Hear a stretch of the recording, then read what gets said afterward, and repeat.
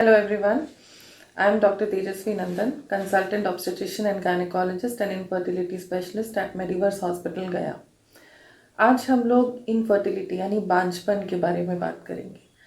पहले लोगों को 3 बच्चे 4 बच्चे आराम से होते थे, पर अभी आज के डेट में बहुत सारे ऐसे कपल्स हैं जो बांझपन से जूझ रहे हैं, जिनको बच्चा होने में दिक्कत हो रही है। आखिर ऐसा क्या हो गया हमारे साथ कि ये दिक्कत आ रही है? सबसे पहला, लेट मैरिज। आजकल लोग पहले करियर को फोकस करते हैं, पहले हम सेटल हो जाएं, बाद में शादी होगी। पहले के ज़माने में शादी 20-22 साल में हो जाती थी, लेकिन आज शादी 30 साल में, 28, 30, 32 साल में लोग शादी कर रहे हैं। तो हमारा एज तो बढ़ रहा है, हमारे अंडे का भी एज बढ़ रहा है। इस वजह से बांझपन की समस्या बढ़ रही है। दूसरी चीज़ ये होती है कि शादी के बाद भी लोग अपना करियर पे ज़्यादा फोकस करते हैं, और जब वो सब सेटल करने के बाद बच्चा प्लान करने की कोशिश करते हैं तो बच्चा होने में दिक्कत होती है। तीसरी चीज़, ये हमारे लाइफस्टाइल में इतना स्ट्रेस आ गया है आजकल। हर एक इंसान जो काम कर रहा है, उसे घर का स्ट्रेस, बाहर का स्ट्रेस, हर एक जगह पे इतना स्ट्रेस हो गया है कि वो सारी चीज़ें हमारे हार्मोनल लेवल पर असर करती हैं। दूसरी चीज़, लाइफस्टाइल।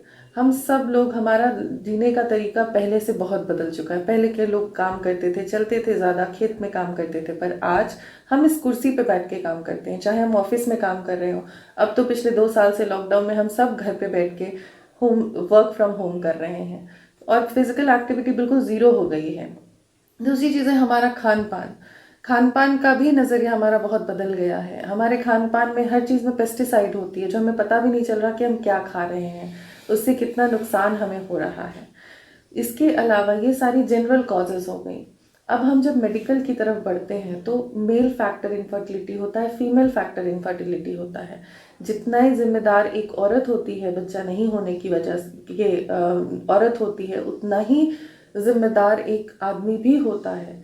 मेल फैक्टर, अगर स्पर्म काउंट में कमी हो या कीड़े की चाल में कमी हो, तो ये भी एक कॉज होता है बच्चा नहीं होने का।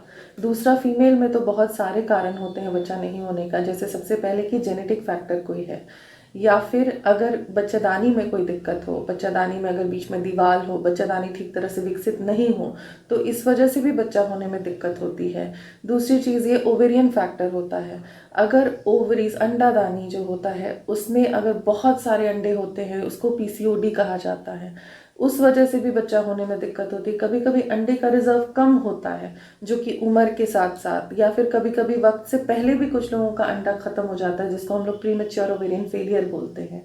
वैसे लोगों में भी बच्चा होने में दिक्कत होता है। इसके अलावा ट्यूबल कॉज होती हैं। अगर नली ही जाम हो जाए, जो बच्चादानी से अंडादानी को कनेक्ट करती हुई नली होती है, जिसमें फर्टिलाइजेशन होता है, अगर वो नली जाम हो तो उस वजह से भी बांझपन होता है। और कुछ बांझपन ऐसे होते हैं जिसमें कारण का पता ही नहीं होता, सब कुछ नॉर्मल है, मेल पार्टनर नॉर्मल है, फीमेल पार्टनर नॉर्मल है, फिर भी बच्चा नहीं हो रहा है। इसको हम लोग इडियोपैथिक इनफर्टिलिटी कहते हैं, जिसमें कारण नहीं होने के बावजूद बच्चा नहीं हो रहा है।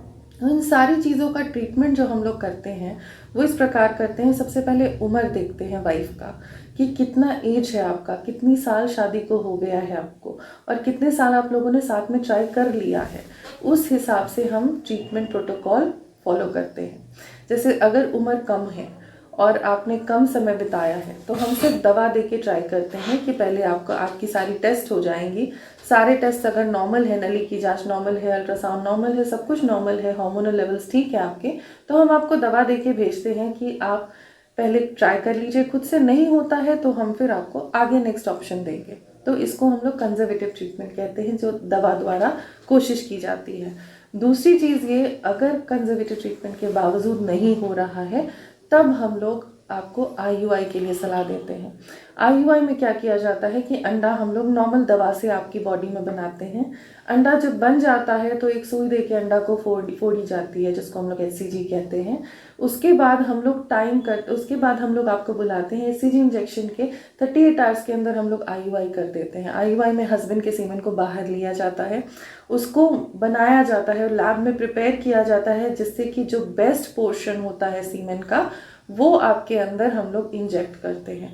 इंजेक्ट करने का तरीका जो है वो नॉर्मल रूट से होता है, इसमें कोई चीरा टाका ऑपरेशन की ज़रूरत नहीं होती, कोई बेहोशी नहीं लगता। वो एक नॉर्मल रूट से, एक इंजेक्शन से आपकी बच्चादानी में इंजेक्ट कर दिया जाता है। उसके बाद हम थोड़ी देर आपको लेटने कहते हैं, फिर आप घर जा सकते हैं। अगर परसिस्टेंट IUI के बाद भी IUI का सक्सेस रेट कम होता है, अप टू 20% हम लोग कहते हैं, तो बहुत अच्छा भी बहुत नहीं सक्सेस रेट है। तो जिन लोगों को IUI से नहीं फ़ायदा होता है उनके लिए हम लोग आगे IVF में बढ़ते हैं। IVF जो होता है इन विट्रो फर्टिलाइजेशन, इसमें क्या किया जाता है कि अंडा बनाकर शरीर से बाहर निकाल लिया जाता है। ये बाहर निकालने का तरीका भी नॉर्मल रूट से ही होता है, लेकिन उसमें हम लोग पेशेंट को बेहोश कर देते हैं थोड़ी देर के लिए ताकि उनको पेन फील ना हो। एक नीडल्स, एक सिरिंज, एक लंबी सी सिरिंज होती है जिस द्वारा से नीचे से नॉर्मल रूट से अंडा बाहर निकाल लिया जाता है शरीर के। बाहर निकाल के हम लोग हस्बैंड के सीमेन से उसको फर्टिलाइज कराते हैं। फर्टिलाइज करा के इनक्यूबेटर में रखा जाता है और 5 दिन का ब्लास्टोसिस्ट स्टेज में बच्चा आपके अंदर बच्चादानी में डाला जाता है। बच्चादानी में डालने का रूट नॉर्मल नीचे से ही होता है, उसमें कोई बेहोशी नहीं लगती और ऐसा भी नहीं है कि इसमें बहुत ज़्यादा आराम की ज़रूरत है। आप नॉर्मल हर काम कर सकते हैं IVF के बाद। IVF का सक्सेस रेट काफ़ी अच्छा है, अप टू 60 to 70% एक साइकिल का है और अगर हम लोग 3 साइकिल तक जाते हैं तो लगभग 90 to 100% लोगों ने कंसीव कर लिया है अब तक। तो अगर कोई उपाय नहीं, उपाय आज के डेट में बहुत सारे हैं, तो बांझपन से घबराएं नहीं, सही इलाज कराएं और समय पर इलाज कराएं बस। Thank you.